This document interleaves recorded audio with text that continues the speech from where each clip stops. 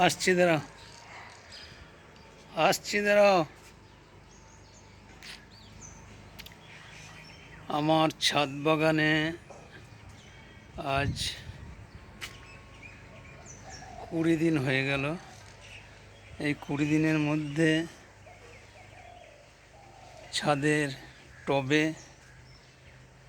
গাঁদা ফুলের চারা লাগিয়েছি।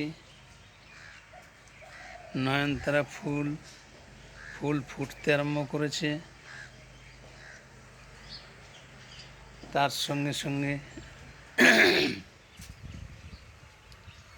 ধনেপাতার চাষ, ধনেপাতা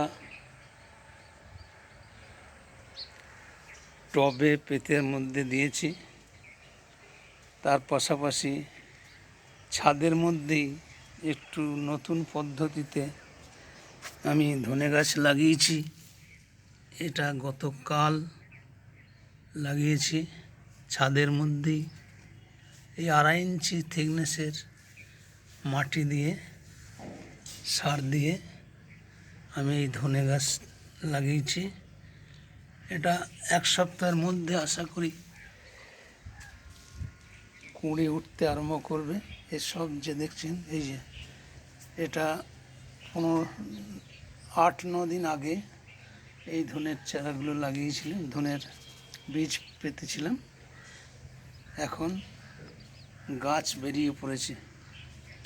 আর এই টবের মধ্যে রয়েছে লঙ্কা গাছ, বেগুন গাছও চারা হাট থেকে কিনে নিয়ে এসে লাগিয়েছি।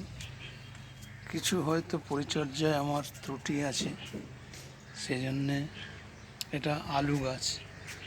এই আলু গাছটা খুব সুন্দরভাবে বেড়ে উঠেছে, কিন্তু যেভাবে গাছটা বেড়ে উঠছে আরও মাটি দেয়া দরকার, কিন্তু সেইটা দেওয়ার মতো তো কোনো পজিশন নেই। আমার ছাদ বাগানের এই ছবি আমি তুললাম।